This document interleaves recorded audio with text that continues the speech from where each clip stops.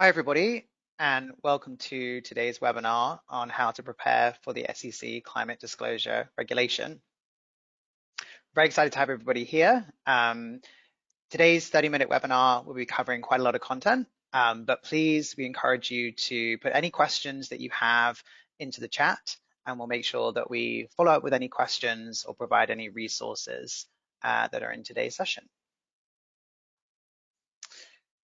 So just going on to the next section, next slide, we're just going to go through the agenda, providing a regulatory update on where things are with the SEC climate disclosures, talk a little bit about how to avoid greenwashing risk and the implications for businesses, and then we'll be closing out at the end with some tips on the data side of things, which I'll be covering from my side.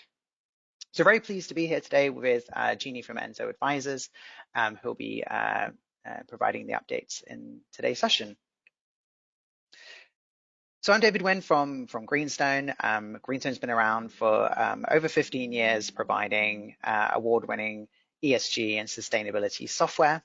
So our software and solutions help companies manage all this data for regulatory reporting, as well as voluntary standards and frameworks. And in May 2023, we became part of the Cority family.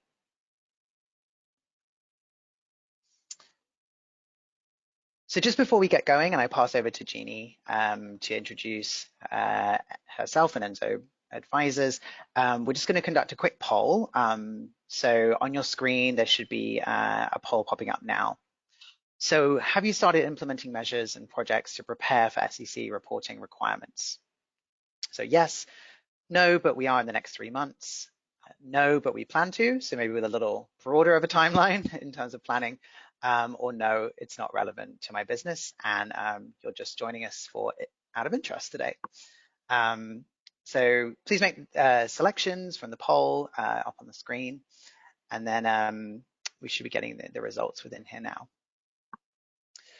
Great, okay, so it looks like we've got a bunch of people on here that have already started, which is fantastic. So hopefully some learnings from today to help enable that journey.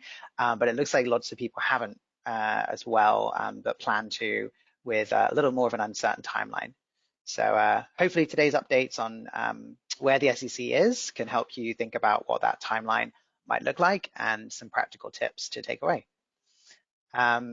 Great, so Jeannie, I'll pass over to you for the next set of slides.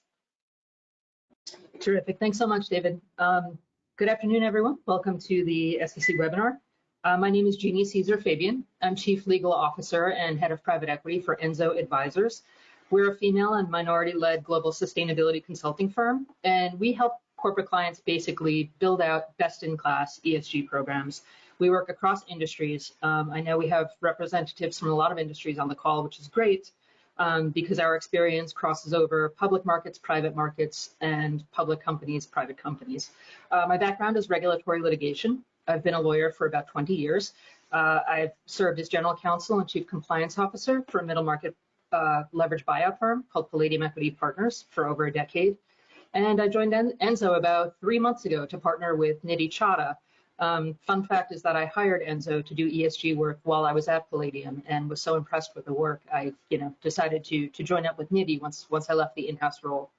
So we have a long, strange trip to go through, and I will try and make it as entertaining as possible, but we are talking about the SEC and regulatory compliance, so bear with me and let's buckle in and get started.